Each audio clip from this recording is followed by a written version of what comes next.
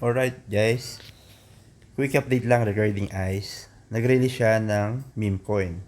Pangalan Snow under Ethereum network. And then na-launch siya sa Uniswap.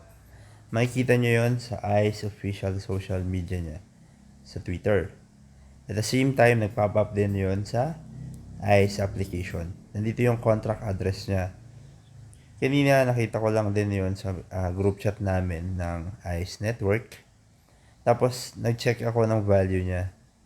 So, during that time, kung meron kang 1 USDT or 55 pesos, makakabili ka ng 13 billion snow.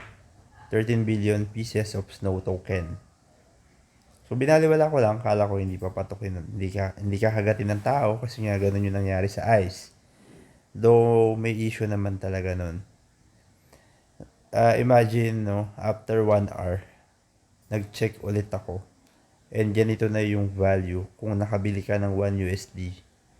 Yung 13 billion of snow token mo, equivalent na sa 293 USD. What more kung meron kang nakabili ka ng 10 USDT or 20 USDT amount of snow. So, ibig sabihin lang nun, kung nag-invest ka kanina ng 1,000 pesos, dapat 300,000 pesos na yon around 9 p.m.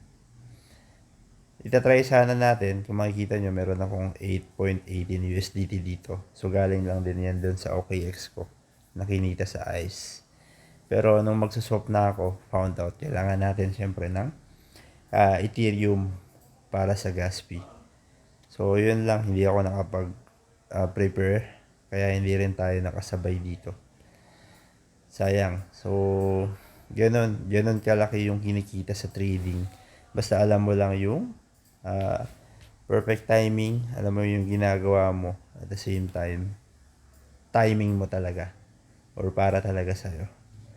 So, yeah, napakaraming prospect or possible na token na maging ganito rin yung scenario. Kaya keep on mining lang.